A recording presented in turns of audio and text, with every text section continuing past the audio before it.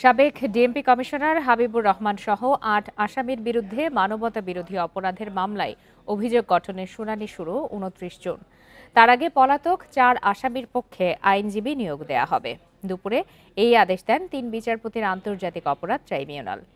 ছাত্র জনতার গণ অভ্যুত্থানে গত ৫ আগস্ট রাজধানীর চাংখারপুলে গুলি করে স্কুল শিক্ষার্থী আনাস সহ ৬ জনকে হত্যা করা হয়।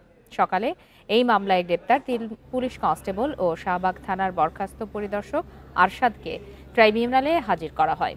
হাবিবুর রহমান ছাড়া পলাতক অন্য আসামিরা হচ্ছেন ডিএমপির সাবেক যুগ্ম কমিশনার সুদীপ কুমার চক্রবর্তী, রমনা অঞ্চলের সাবেক অতিরিক্ত উপকমিশনার শাহ আলম মোহাম্মদ আখতারুল ইসলাম, রমনা অঞ্চলের সাবেক সহকারী কমিশনার মোহাম্মদ ইমরুল। গেল ২৫ মে তাদের বিরুদ্ধে অভিযোগ আমলে নেয় ট্রাইব্যুনাল। যে সমস্ত আসামি পলাতক ছিলেন তাদের বিরুদ্ধে কগনিজেন্স নেওয়া হয়েছিল।